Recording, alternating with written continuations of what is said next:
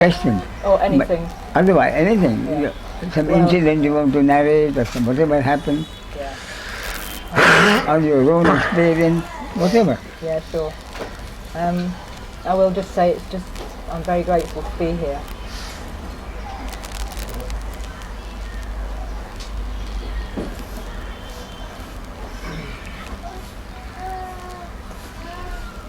Four years I have been wanting to come. 4 years ago. Yeah. Yesterday here, first time, and it's a pleasure.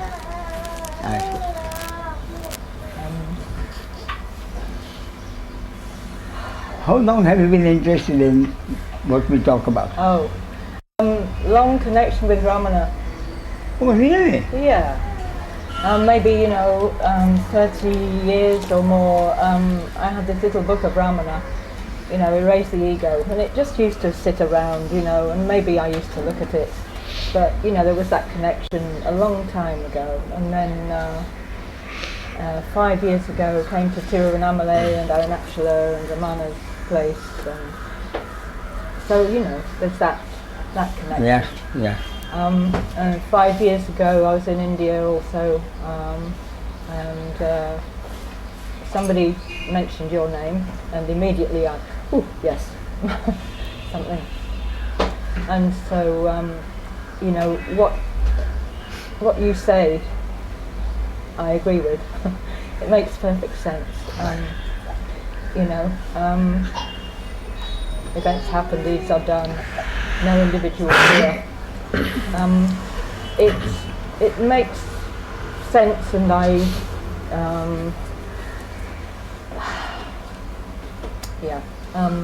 I'm not at that point though where, you talk about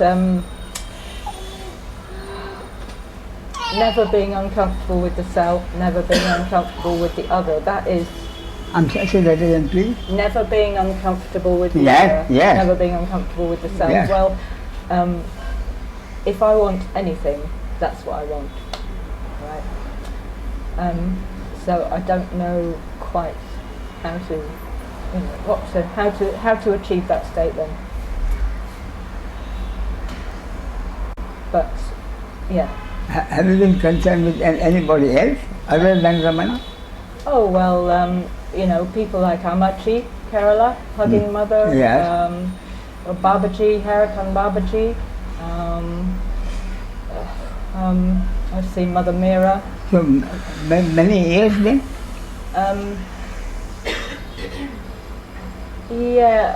Amma 10 years, Harakan Babaji, I see. quite Now, a long time.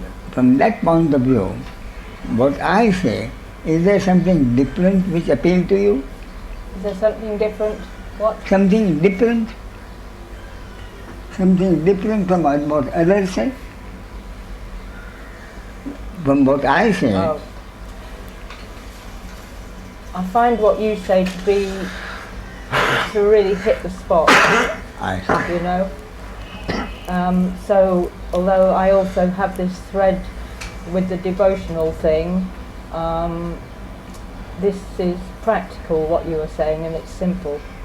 It really relates to what I believe. Yes. I would say what I say concerns daily living. Yes. And not what your daily living should be. What most religion tell you is how you should live according to their concept. You see what I mean? Yes. Whereas what you really want to do is a practical advice, Yes. which would apply not to everybody. You see, why do I say that? What I say applies only to someone like us, reasonably comfortable in life. Whereas a religion is supposed to concern everybody. Therefore, I think religion has done more harm to the understanding Yeah. than any other single thing. Yeah, I'm not happy with taking on a set of beliefs from somewhere else. Yes. You know, those people I mentioned, you know, I'm a Babaji. I mean, what do I love about that? I love the atmosphere, I love the chanting. Yes. You know, I love that, the chanting, the Sanskrit, Yes. all that. The atmosphere at Babaji would be quite different from the atmosphere in a bar. The atmosphere. What? The atmosphere at the ashram Oh, yes. would be different from an atmosphere in a bar. Indeed. Yeah. That I can understand. Yeah. But otherwise, my point is, from any other, was there anything you particularly appeal to you? From practical point of view. Okay. I have a think about that.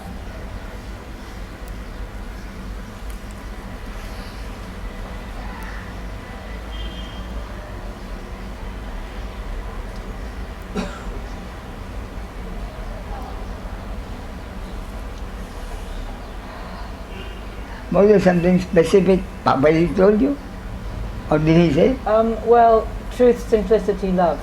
I take that from Babaji's teaching. Truth, simplicity, love. Truth, True. simplicity, simplicity, Simplicity, yeah. love. Love.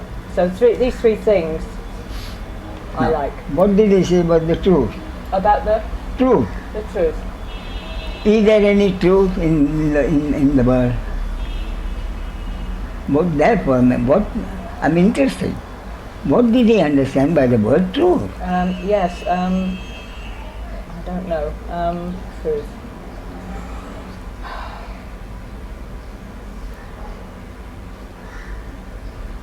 I can't answer that. And my point is, who certified the truth? Sure. See what I mean? I do see what you So mean. somebody says truth, what is the truth? Yeah, what is the truth? Other than the opposite of falsehood. Yeah. What do you say truth is? I say there is no truth. Okay, fine, good. Why? For one reason. Everything in the universe, everything in the manifestation is functioning that we call life is duality.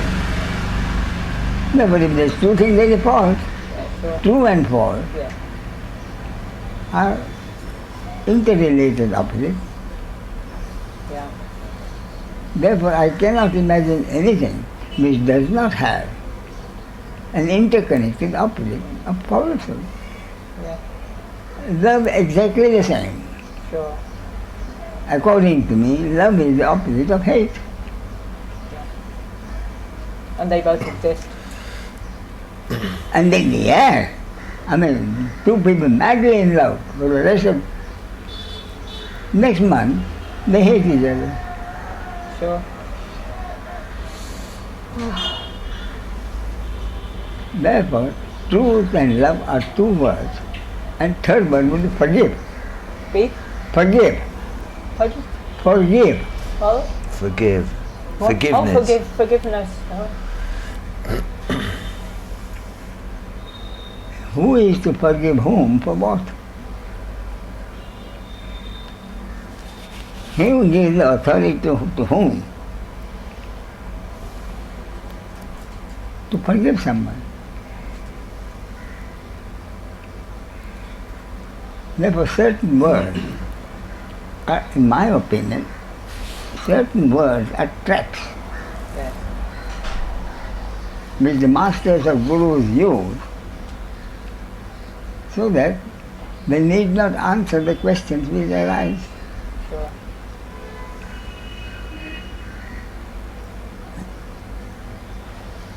That's why certain words I avoid. Yes. Love, I would say affection, if it is appropriate. I would use the word affection.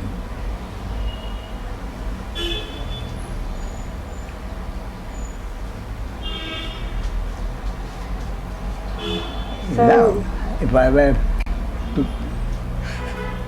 what do I understand by love? By word, love, if the word is there, what I understand by love is when you feel like doing or you do something without any expectation at all, Yeah. without it, not even thanks, then you can call it love. How many cases will you find in daily living like that? See what I mean? I do. Therefore, for anything you usually an interconnected opposite. Love, hate, Yeah. wealth, poverty, health, disease. See what I mean? I do. So, how can I get that state in which I am always comfortable with myself and always comfortable with the other? And my concept is, no one can be never uncomfortable with herself and never uncomfortable with others if you are able to accept totally. The human being is incapable of doing anything. I feel as if I am a long way towards understanding that, but still. It's not a short way. Hmm? It's not a short way. Not a short way, okay. Okay, so it takes time, but then maybe some people say you can just get it in an instant, and But the point is, you can get it. It's not right. It can only happen yeah, if it is supposed to happen. yes, According to your destiny, God's will, cosmic law. fair enough. See what I mean? Yeah, that's fine. So what else? Okay. Well, I don't know what else. That, I didn't come here to ask questions, really. I don't know what else. all right, let me put it this way. Then what have you come here for? You say, I'm not come here to ask questions. Okay. Do you not have any questions from what the others have told you, No. which are not clear? Everything is clear? Everybody told you? No, I don't really care whether anything is clear or I not. see, I see. I don't care about it. I'm not bothered about any of that. Yeah, but now, if you go to 3 people, 4 people, and you get 4 different concepts, aren't you confused? Yeah, I'm not interested in those concepts sticking, I don't know, So, that means you already have a body of concepts which you believe in, and you are not willing to let go of them. Are you saying you think that I have that? You think that I have That is- got some concepts? No, from my some- point is, otherwise, why would you say you are not interested?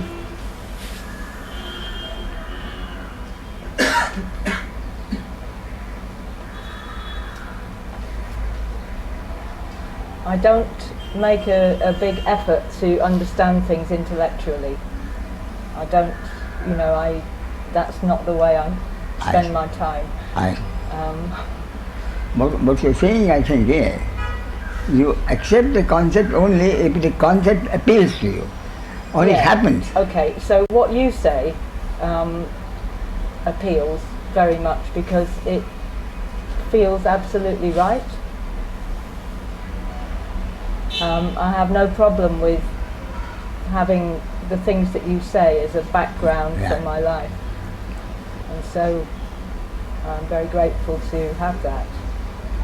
And feel is the right word. You can't judge intellectually a No. concept. So if some concept appeals to your heart, Right. Yeah. no, accepting that the human being is incapable of doing anything. Yeah. That's not an easy, that's my basic concept. The human being is incapable of doing anything. Everything is happening according to God's will, cosmic law. How it affects whom is a matter of destiny. Again, God's will, cosmic law. No human being can do anything. That is the concept. It is an easy concept to accept. Are you asking me? Is Yes. that easy? Do you think it's an easy? Well, But did it appeal to you? Yes, it appeals to me. Yes. Mm. But No, wait a minute. still, If it appealed to you, yeah. then the next time you have to make a decision in regard to a situation. What will this concept do for you? You have a situation. Well, I would. You are facing a situation. Yeah. You have to do something. Yeah. Or if you don't do anything, if you have done nothing, Which won't matter. I will know that that won't matter if I do nothing, because it's all, whatever happens is happening anyway, and it's nothing to do with me. why do you think so many people justifiably feel it very difficult to accept?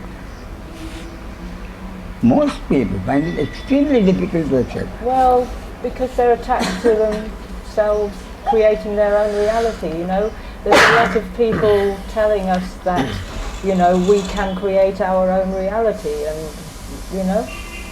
and so people think, oh, I do this, I do that, and this will make this happen. I don't know. But not everybody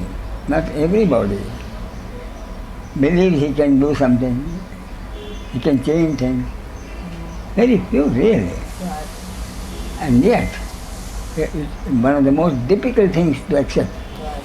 that I'm not the doer in any situation. Well, it kind of wipes out the whole identity of the person, and people probably are not comfortable with feeling as if they are nothing, right? No, I find the reason very simple. And the reason is the mechanism of daily living. The mechanism of daily living is based on every human being. In any situation, at some time or the other, is facing a situation. And he has to decide, in that situation, what do I want? Yeah. Then consider the alternative and the consequences, and decide which alternative he will choose, and then do it. Yeah. See what I mean? Therefore what I am saying is, daily living means having to do something in a given situation. And all day, what does anybody do? Make a decision to do something or not make a decision to do something, which means doing nothing. So if the mechanism of daily living means everybody exercising his free will, that's what it comes to. Every human being everywhere, at any time, at any place, has to decide, in a situation which I am facing, what do I do? And he has to do it, or decide not to do anything. So he does nothing. And the result of which, no human being has ever had any control. So my point is, there are two basic facts of life. One, I am free to do whatever I want. I have total free will. Two, I exercise that free will, but I have no control over the result and the consequence of that result. Yes. These are the two basic facts of life. If you combine the two, in a given situation, I am free to do what I like, but the result is never in my control. Therefore, it is impossible for anyone to ensure that he always does the right thing or the correct thing. Right, and maybe there's no such thing as the right thing? Is there some... Or right Does thing that mean anything? The right thing means that which gives you what you wanted. Is that what it means? Oh yeah. Oh, right, okay. Sometimes I don't know what I want, and sometimes I think it doesn't matter. But that is once in a way, sometimes. You said use the word sometimes, that is correct. Sometimes. Sometimes. But most times, you do know what you want. Right. And you do something in order to get what you want. Yeah. But the point I'm making is, having done what you wanted to do, nobody has the gift of knowing exactly what is right. Sure. And whether you will get it or you won't get it. Yes. Yeah. And what is everybody's experience? Sometimes I've got what I wanted, sometimes I've not got what I wanted, and sometimes what I got was beyond expectation. Yeah. Many times for the worse, sometimes for the better. Sure. Therefore what I'm saying is, daily living is based on doing. Doing something in any situation. Yeah. So when I know that that is the mechanism of daily living, how can I accept that the human being does nothing?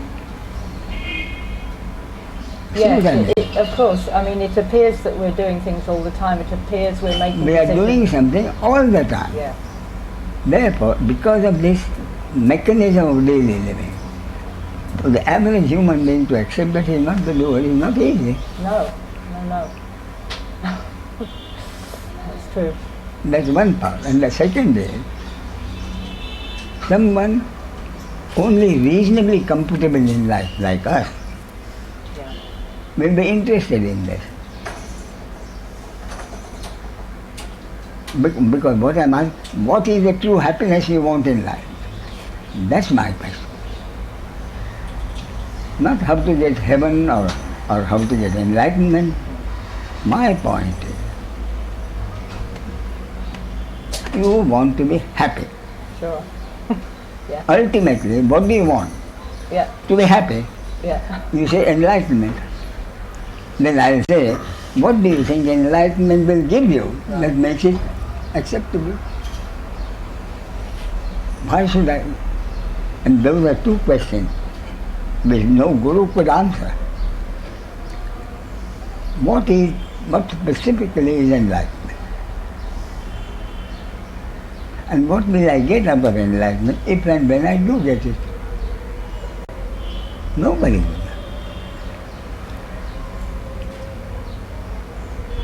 And so therefore, after not getting an answer for 35, 40 years to this basic question, mind you, I've never been an intense, I don't have the time to be an intense seeker, but it's been there all the time.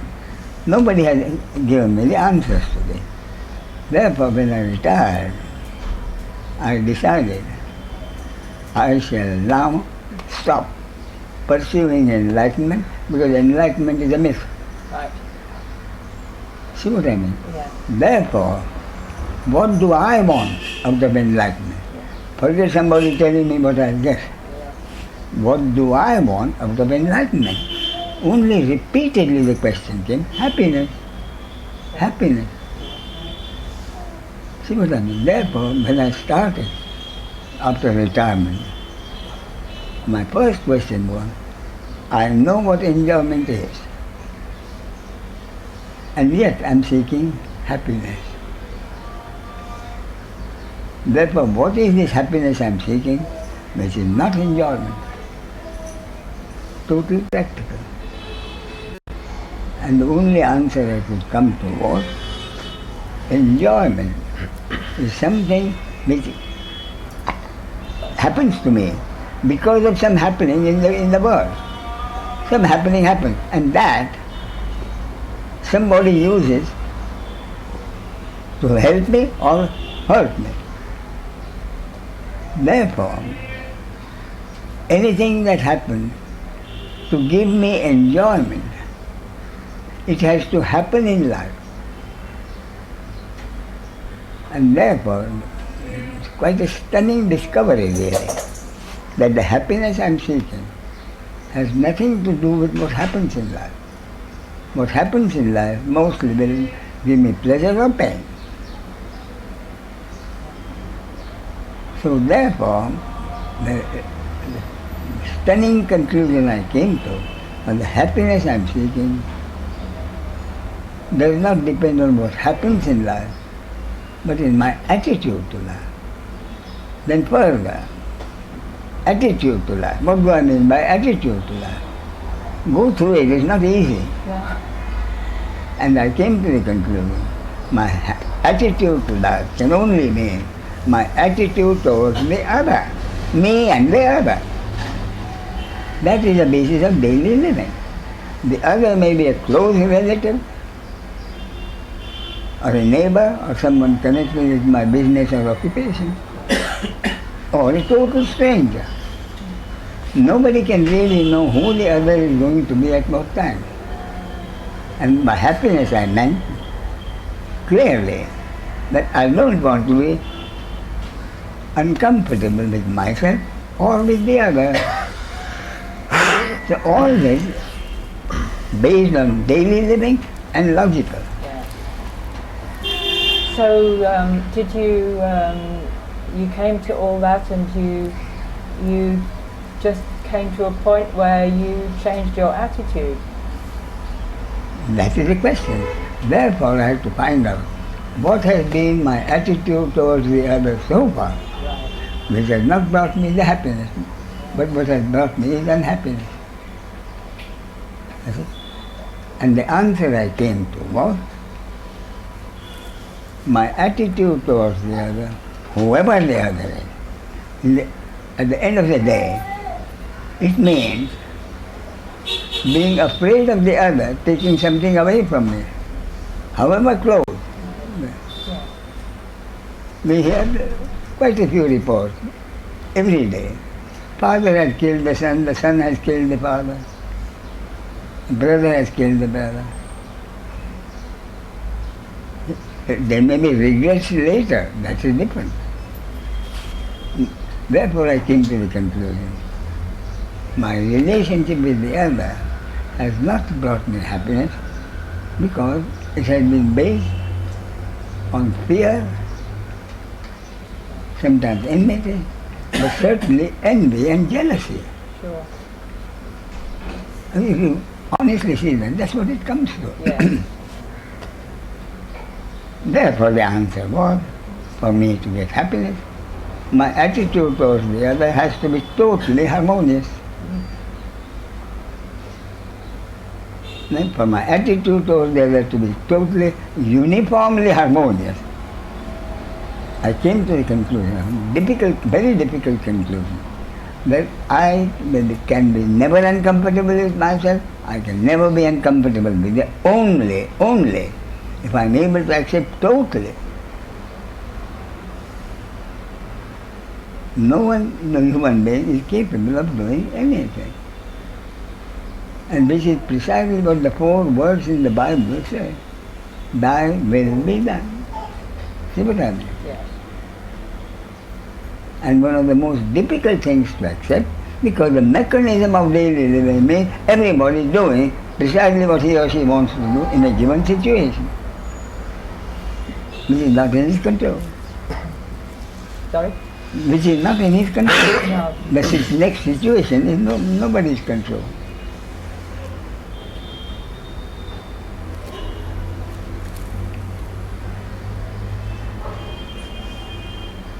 But therefore, it has to happen. It has to happen. And if it has to happen like anything else in life, it depends on my destiny, God's will, cosmic law. Yeah. From there, you will wonder, or you should, why do I worry about enlightenment? Why should I worry about enlightenment? What will enlightenment get for me? And in most cases, in most religions, enlightenment is supposed to give you a more comfortable next life. Next life. And my point was, I want happiness for Ramesh in this life. Yeah, good idea, yeah. In the next life, Ramesh may not be Ramesh. Sure. Chances are he's not. New birth, new ego. So why should I worry about some other ego getting a more comfortable life? Even assuming it's true. Yeah, sure, we don't know. I don't know. But ultimately, the most comforting thing I came to know for an average person who is not a seeker and who at some time or the other in life regrets that you are not a seeker. Maybe on his deathbed, have I been happy? No, I've not been happy. I've never been a spiritual seeker, that's why. I should have been a spiritual seeker. I wasted my life. Wasted my life. So for such a person, what I'm saying is, you don't have to worry whether when you die you'll be enlightened or not. Would you agree with that? You don't have to worry whether before you die, before you die, you had total enlightenment or not. It worries many people, even if they are not seekers. Sure. Deep down, they may not accept it, but they are also deep down. Because rebirth or not, I don't know. But what is going to happen to me when I'm dead, after I'm dead? Why is it so difficult to get rid of that idea? Because our daily habit and what we know is, after every deep sleep, I wake up. Yeah. So after this deep sleep, what will happen when I wake up?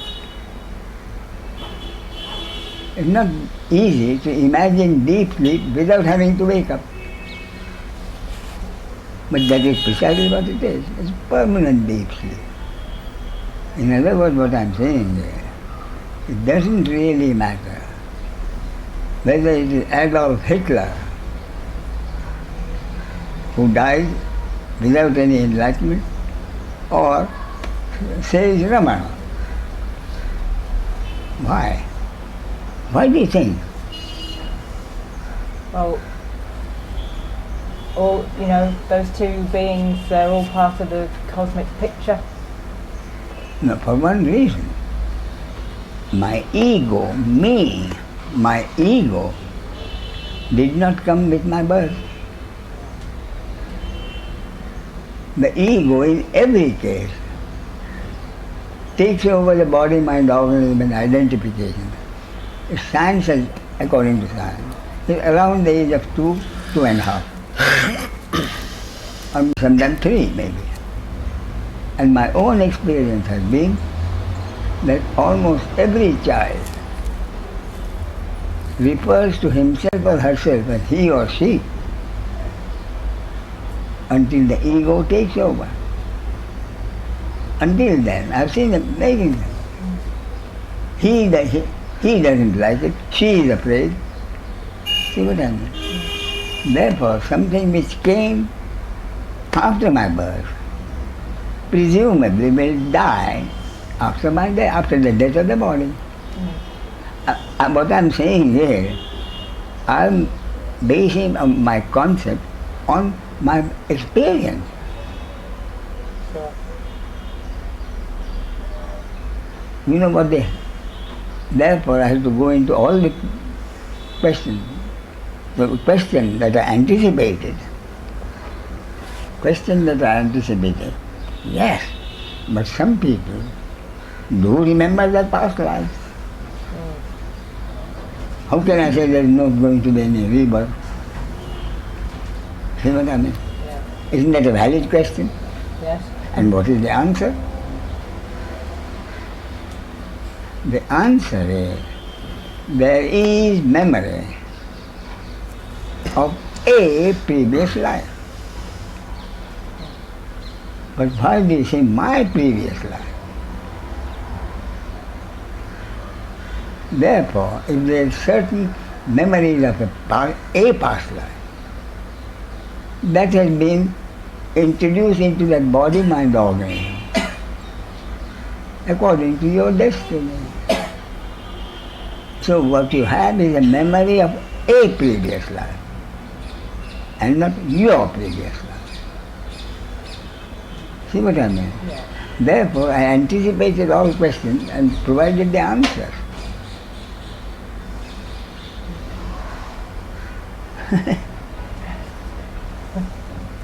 Thank you, Rama. Thank you. Yes, come. Could you leave him there? She may yet have some question. In case she may yet have a question, can you come? Yes, sure.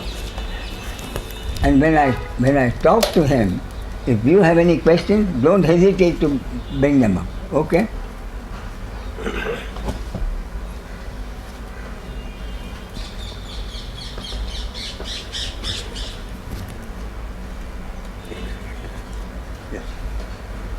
Yes, Dharma.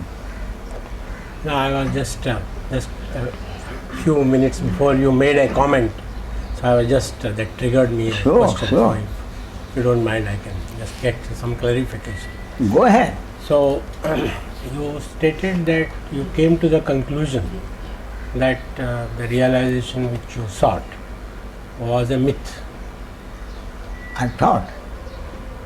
But when I argued about it, but what was my experience? My experience was that it is not a myth, provided I decided what I wanted after enlightenment and I got it. Therefore, after retirement, I pursued not enlightenment, but I pursued happiness for myself. In other words, what you imply is that more important than realization is what realization is supposed to bring about in personal life. Exactly. And that is happiness. That is my point. So You want enlightenment. Why do you want enlightenment? Yeah. So my question was, Yes. and but I wanted you to explain that. So just as you feel myth, realization is a myth, is not happiness, total happiness, also a sort of myth? No, because if I have the total acceptance, which makes it enlightenment, that the human being cannot be the doer of any deed. If I accept that concept totally, then I'm never uncomfortable with myself and I'm never uncomfortable with the other. And that is my definition of happiness. That is therefore happiness is a personal concept, yes. And therefore enlightenment also is a personal concept. Enlightenment has never ever been a certified event. That is why no one can say what specifically is enlightenment. So just as enlightenment is a personal concept, Yes, so happiness is also a Indeed. personal concept. indeed. So it can change from person to person. Sorry? It can change from person to It person. does. So what one means by happiness is a can be Personal, very, yeah. very different Now look, things. a drunkard who has tried number of times to give up his alcohol, he can't. So for him, happiness will be being drunk. For him, happiness will be remaining drunk all the time. So I was just trying to probe this question of what happiness is. I mean, what exactly Go is ahead, happiness. go ahead. So to be not to be uncomfortable is happiness. My concept. Not to be uncomfortable with myself, not to be uncomfortable with So the other. the pleasures and pains will come, but in the presence of pains and pleasures, to be still not uncomfortable is to be in a state of happiness. That is my concept. And honestly, And not wishing it to go away. and or- honestly, I would like that to means have. in this there is no complaint, right? I would like to have an alternative to happiness. I would like to know if there is any other definition to define happiness. In other words, what I am saying is, So I wanted to know your views on. So there have been certain statements made, happiness or whatever. I don't want to use the other word which you not so much like bliss and all. Ananda. Ananda has been conceived as a misconceived okay as bliss. Ananda as has been something which misconceived. transcends both pleasure and pain. Yes. So what is your comment on that? What do you think? Is there something which transcends both these things? Yeah, peace of mind. Happiness through peace of mind. And that is what the Hindu traditional word says. What is enlightenment supposed to bring you? Enlightenment is supposed to bring you Ananda. Ananda means not bliss, but peace of mind. Ananda means contentment, peace of mind. Peace of mind means... Sometimes, Ramesh Ma'am, I feel that when trying to understand these things, one is usually explaining realization in terms of happiness, and happiness in terms of peace of mind. So one is going on using certain words. There is no concrete definition of anything. Therefore, any definition is based on a concept. Any definition is based on a concept. So it's all living in a conceptual world. That's the point. There is nothing real about That it. is the point. That is the point. That's why the old word Maya has been used for that reason. Maya is, we are living in an appearance. There's nothing real about it. So those who say they are realized, like Ramana Maharshi, are also in the Maya world? No. They are real, they are self-realized, they are enlightened according to their concept of what is enlightenment. Their concept. So it is a very higher job. Therefore, I told you, enlightenment has never ever been a certified event. So it's nothing like concrete. What you mean by certified event is nothing can concretely be said about what it is impersonally. Yeah, which is justifiable. Which is justifiable by means of logic and reason. Or authority. You are a doctor. You have been certified to be a doctor. You are a PhD. You have been certified that you are a PhD. So that kind of certificate enlightenment cannot have. Therefore, whoever has said he is enlightened according to his concept. So similarly, a person can be happy in his own concept of happiness. Indeed. Like a drunkard or even a person Indeed. who is... All he has to ask himself is, do I feel happy when I am dead drunk? That he has to ask himself. Or at that time, I wish I was not a drunk. I wish I didn't have this terrible habit. A wish like that is an indication of being unhappy. Now, these things which But it's sometimes, personal, I want to include your comment about it. There have been, many experiments and many people use certain drugs, Prozac and something, many Yes. things. So they claim that they achieve happiness through that. So what they have done is, they have hypnotized themselves into mistaking a pleasure for happiness. Mistaking a pleasure for being happy. So what they experience at their personal level during those whatever the experiences they have is again a illusion, not a real thing. It's not real pleasure. It is a pleasure. It is not a happiness. No, wait a minute. Anything that happens in life is an illusion. An illusion which happens in one broad illusion of there's only one reality. And that is the reality which is the source. Unmanifest reality is the only thing. The moment there is manifestation, it's an appearance. And we are all appearances in this wide appearance. Therefore, the final truth, if any, is, according to my concept, there has never been a creation. There never has been a dissolution. The creation itself is a huge appearance. And we are all appearances in that appearance. We are all characters in that movie. But the movie is already in the can. Whatever happens in the movie is already in the can. You can see it on the screen. But what you see on the screen is happening to a number of creatures from the beginning of the Big Bang to the end of it. So whatever happens is happening like as in a movie. And whatever is in a movie is already there, it's in the can, and we are watching it.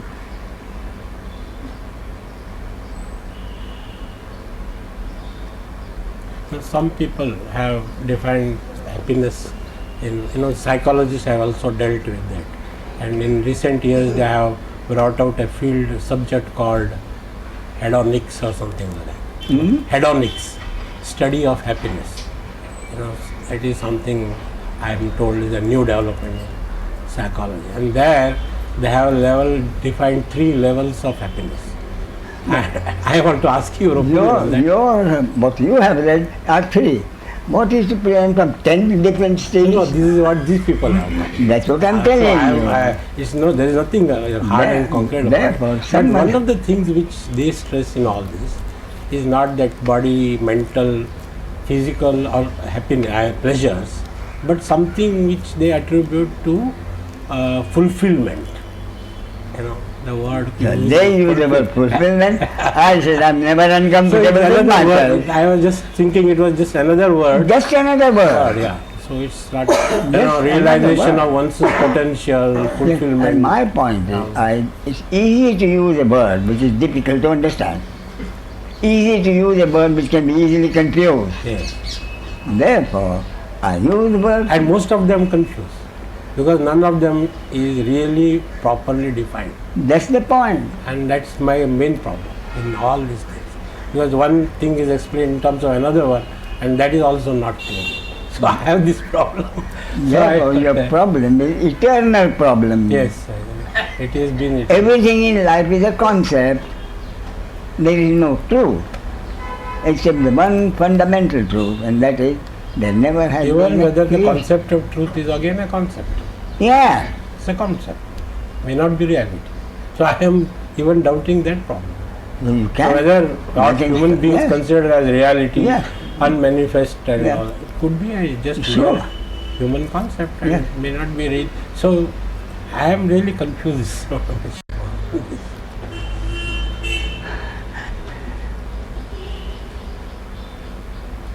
May I ask you one question? Yeah. Who is confused? I don't know. Who is confused? This thinking animal. A character in a movie. Yeah. A character in a movie. That's the point. Ultimately, it's a character in the movie who is troubled. What happened before the movie? Nothing.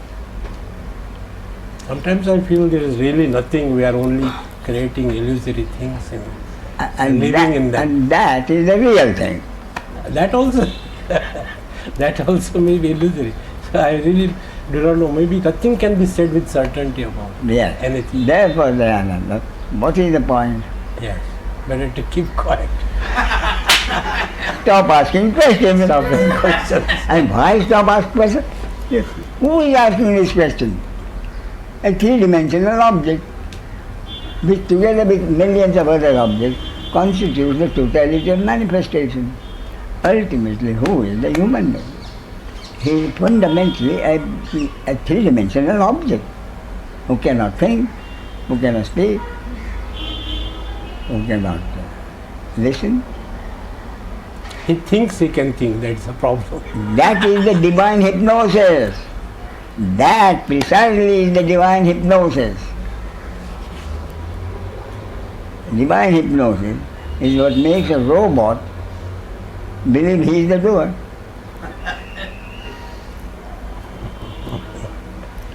I will leave it at that, because these are the problems I feel. The more I think and read about this, I find we are just going in circles, and really nobody really knows anything. You know how to stop the circle? I don't know whether I can stop it. Who is this? I don't know who is this stopping. It's a three-dimensional object. What do you mean you don't know? fundamentally every human being is a three-dimensional object through which happenings happen according to the unmanifest source. That was the unmanifest source functioning through every body-mind organism, which is fundamentally an object. An object who can... I was grilled this concept through Vedanta for all this time. It is the Brahman and Atman, consciousness principle, Chit-tattva, which enables and operates through everything. Therefore, happens because what of that. is the- So all these, I'm really not, I don't know how is it. What really is the true? essence of Advaita? Huh? What is the essence of Advaita? Essence of Advaita is the human being is incapable of doing anything because he is only a three-dimensional object. Therefore, whatever happens is an appearance brought about by the source of God through a three-dimensional object, through the intervention of an ego. In other words, the basic Advaita, the source of God, has identified itself with a particular name and form so that daily living can happen. So, what is the basic question now? Basic question. Why did the manifestation have to be there? Isn't that right? Yeah. Why should God create a manifestation and people therein who are unhappy? They have no other business except to create the human being and make him unhappy? You know what the answer to that is? The answer to that is that the soul, by its very nature, that also is part of Advaita. The source, by its very nature, was forced to manifest itself. The unmanifest soul was forced to manifest itself. And the answer to that is, if I see the source as impersonal energy, potential energy, potential throbbing energy, or the source has to be dead matter. So if it is not dead matter, if it is throbbing potential energy, then it is the nature of energy to activize itself into a manifestation sometime or the other. Therefore, the unmanifest source, the oneness, had to become a duality in manifestation, because the nature of the energy, the fundamental nature of energy, to activize itself, otherwise it will be dead matter. And all this, remember, is a concept. It is a concept. Not only human concept. And what is a human being? And human What being, is a human being? human being An is object, three-dimensional object. highly limited object. So whatever human being conceives is by very logic is wrong. He is the source functioning through the human object or animal object. Therefore, the ultimate conclusion is every human being is merely a three-dimensional object through which the source of energy functions and brings about whatever is supposed to happen according to a cosmic law. What is there to support this thesis? Who wants to know? Who needs support? This thinking animal. No, it's a three-dimensional object. Three-dimensional, that's the ultimate. Three-dimensional object cannot demand any explanation about anything. Therefore, the ultimate, absolutely the ultimate acceptance is that every human being is merely a three-dimensional object through which the unmanifest source is functioning and bringing about whatever is supposed to happen. Why? Because the source has energy. The nature of energy is to activate itself sometime, otherwise it will be dead matter. So one is asked to identify oneself with that source. No. The real nature is that of I would say, identify yourself. the real nature is that of the source No. and not the three-dimensional object. It is a three-dimensional object. To realize that you are only a three-dimensional object, through which the source is functioning, not me, the ego. That is the ultimate understanding. But is not the Vedanta telling you you are not the three-dimensional object, but you are really the source which is operating through the three-dimensional object? That is what Vedanta tells you, not Ramesh. Therefore, what I say, you think you are the source and you get into all kinds of trouble. You accept that you are only a three-dimensional object, no problem. Three-dimensional object cannot have a problem. I thought that was the other way around, that if you think yourself a three-dimensional object, you will have all the problems.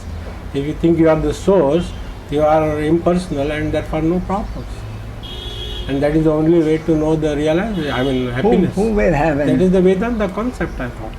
That's the Vedanta concept, not mine. Yeah.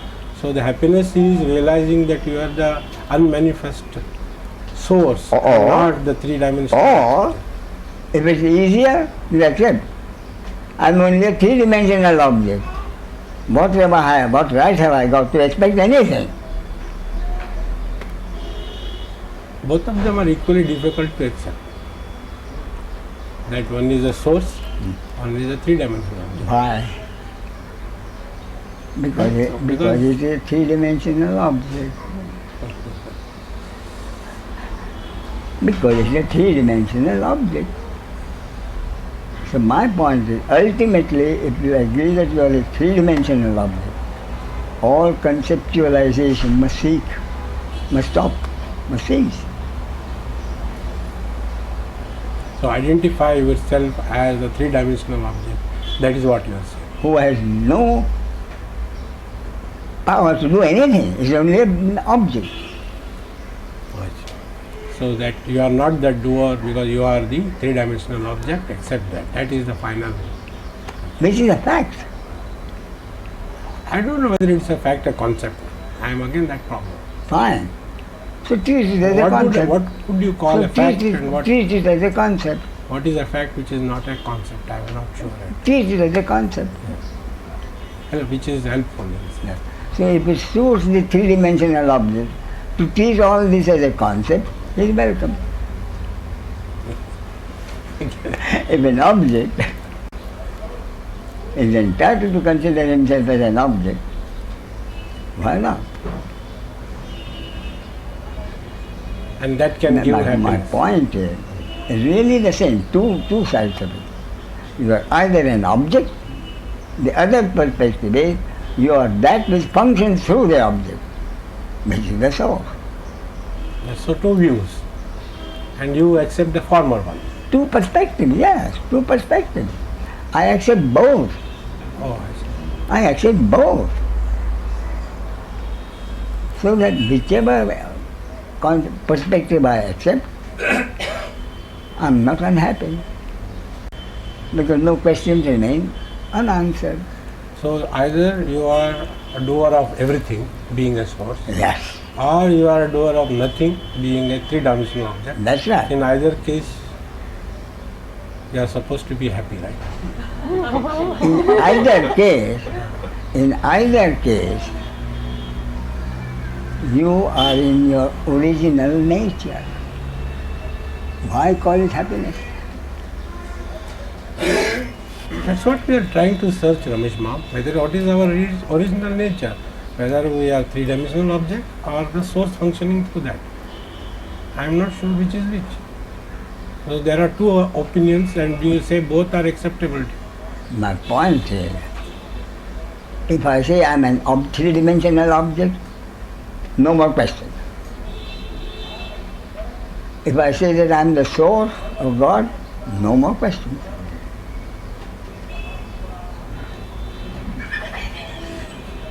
Either perspective. So all other things like happiness, peace of mind, just forget about them. Are concepts. are concepts.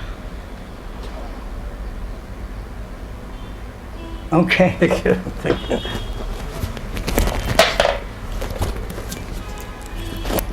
Any other questions? Yes.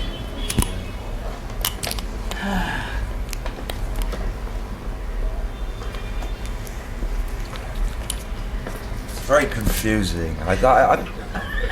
No, really, Ramesh, I don't understand a word you're saying, honestly. I don't understand a word I don't know what you're talking about. I've no doubt. I've no doubt that is so. And I agreed with the former questioner. I mean this. Firstly, you've accepted that the happiness is for the ego. So if you accept that the ego's on a quest for happiness, and then you say, who wants to know a three-dimensional object? Who has the right to know? But you also say the ego wants the fictitious ego wants the fictitious happiness. And the ego's been told it's a little ego. It's been told that it's a little doer of its actions, stuffed inside a body. This is the original theory. This is what you're taught as a kid. You're locked inside a body and you're going to die and be eaten by worms. It's a very frightening... So, if you accept that you are only a three-dimensional object, how can any question be there? Why do you say... It stops all questions. But it doesn't stop all questions. When you say three-dimensional object, you mean you accept you're the body. You're the body and nothing else. No, I'm saying you're a three-dimensional object. I'm not saying you're the body. The body is a three-dimensional object. The body is a three-dimensional. Yes. So you're saying you're just the body. No, I still say it's a three-dimensional object. But that makes it confusing. Why do you say three-dimensional? I mean, instead of saying you're just a body, why put three-dimensional? It adds more confusion. I start thinking of a Do you want to make it hologram. four-dimensional? No, but why forget the Or dimension? two-dimensional? But forget the dimension, just a body. You're a body. You could say, yeah. And that is an object. Yeah, okay, so now the original story, which is very frightening, is I'm this body and this body only. This is the original thing which I believed. And so if you're affirming that I am this body, then of course it's the same as the rest of the world. But you're not affirming I'm just this body, you're saying at the same time you're the source, which is much more of a relief. It means relief. For whom? For the one that... Gabriel. Yes, but Gabriel is the one that believes he's in bondage, the one that believes he's located inside a body. I know. And therefore, Gabriel has to understand all there is ultimately, fundamentally, a three-dimensional object, or an object, all right, an object. Yes, and I think that's me. That object, I think, is me. This is the whole problem. This me and me alone. Yes, and the point is, Gabriel projects that an object cannot think, cannot ask a question, cannot demand an answer. But why can't it? It can speak, it can hear, it can see, it can smell. Why are you saying it can't do this? Because the object is part of the totality of manifestation. What you are saying is, you don't accept that the human being fundamentally is a three-dimensional object, or an object. It is an object, but like you said, it's been imbued with sentience, or the ability to it is question. an object. It is a particular kind of object, agreed. But nonetheless, fundamentally still an object. Alright. Fundamentally still an object. Different kind of object, special kind of object, but still an object. But why are you saying object as opposed to subject? You're saying object, which implies a subject. So it's not the subject. When you're saying object, you're implying it's not the subject. The object is believe that he is the subject. He is the doer.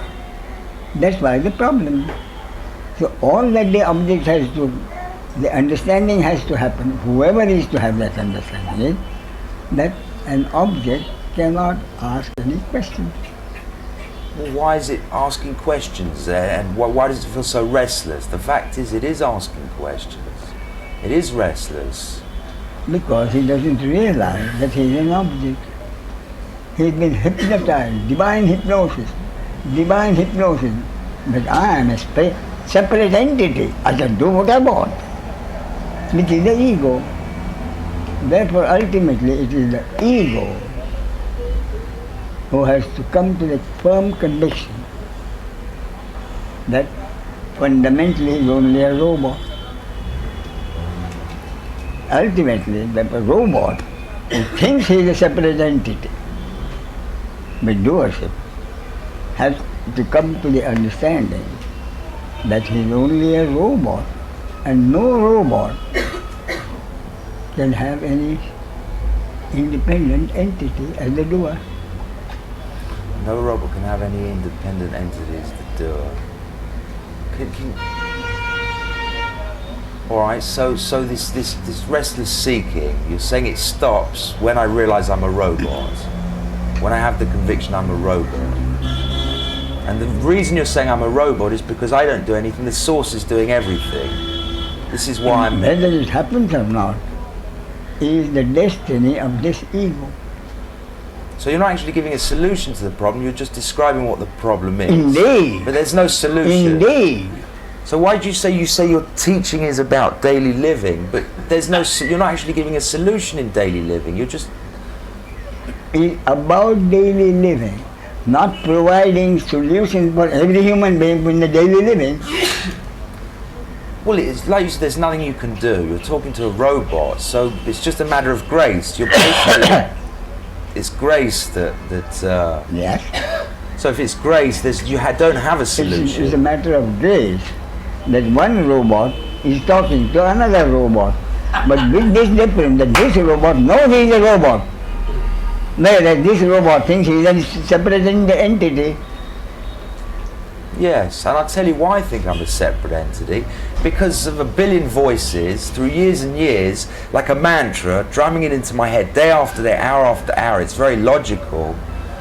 And of course, to reverse that process is bloody difficult. It was hard enough learning it, and now I've got to unlearn it, but I had something to say there very important. Ramana says, to quote Ramana, he says that, I got it on my phone. Can I just get it out? Because I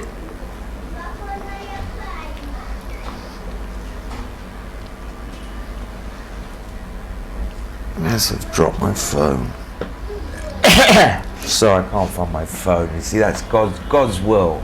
But he basically says that the unhappiness, he says unhappiness is due to wrong identification. He says so find out what he says, eliminate this area. This is why you're unhappy. You believe you're something little when you're something very big. It's very logical I'm unhappy. If what he's saying is true, if I am the whole show and everybody in it and everything in it, if that's my real nature, then of course I'm going to be unhappy, believing I'm a beggar. It's logical. So he says, eliminate the error. You've been told that you're a beggar when you're really a king, basically.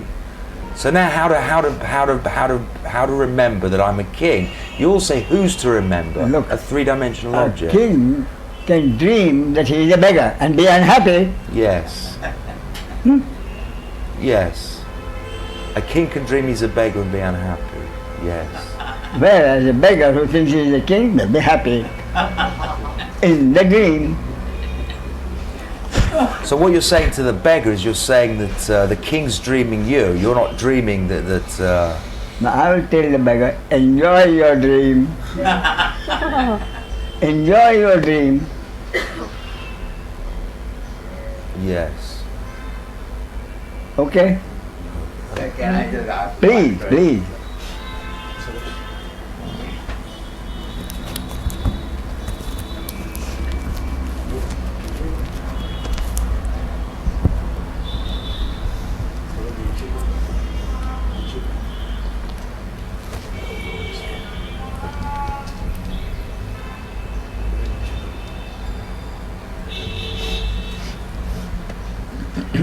How can a three-dimensional object consider itself as a three-dimensional object? Divine hypnosis. Divine hypnosis, which makes A robot believes he is not a robot. He is an independent entity. No, what I say is he can't even consider himself as a three-dimensional object. How can an object consider himself as an object? That is divine hypnosis. Divine hypnosis. That very consideration of himself as a three-dimensional object is a sense of doership. Is a concept. That is also him who is infusing it. So, Rohit, what do you have to say? So what? So there is nothing. Fine, I I have agree. nothing. I agree. I agree, and you have the last word. Who has the last word? If I am there, I am a three-dimensional object. How can I have a last word, sir? A three-dimensional object who believes he is a separate entity with doership. And that has been brought about by divine hypnosis. I agree. Then another thing. This wanting is also a sense of personal doership. It is an impersonal wanting, taking delivery of, it is the wanting is of the body-mind organism. And to consider that it is my want, is it not Wanting, a sense of personal doership? wanting is a happening. Wanting is fundamentally a thought. A thought which arises in your mind. It is taken delivery of the ego and then it pursues. And the thought, vertical thought, goes into horizontal thinking. Consider himself as a separate entity with a sense of That's personal right. doership. That's right. What a joke. What a joke. The whole thing is a joke. Okay. Thank you very much, sir. Not It was at all. wonderful today. It was very wonderful. Ramesh, can I found the quote. He's just reading exactly what he said. He said, "Your nature is happiness." This is Ramana. He said, "Your nature is happiness. You say it is not apparent. See what obstructs you from your true being. It is the wrong identity. Eliminate the error." Eliminate the error by never forgetting. Fundamentally, you are a three-dimensional object. Am I anything else other than a three-dimensional object? No. Therefore, the three-dimensional object cannot do anything, cannot think, cannot speak, cannot get angry. I'm just trying to think. So if I'm a three-dimensional object, Ramesh, how can it be designed to seek for something that it's not? It wouldn't make sense. It must be seeking for something it knows it is, deep down. Yes, I entirely agree with you. We cannot make sense about what God has created. Okay, so right. So but the seeking's obviously for something. It doesn't just. My experience, it doesn't just stop. Even if I'd love it to stop, even though I repeat 1,000 times, I'm not the doer. It's still going on. Which is what I'm saying. Because it's something which goes on in a three-dimensional object. Right. Over which the object has no control. Okay, anyway.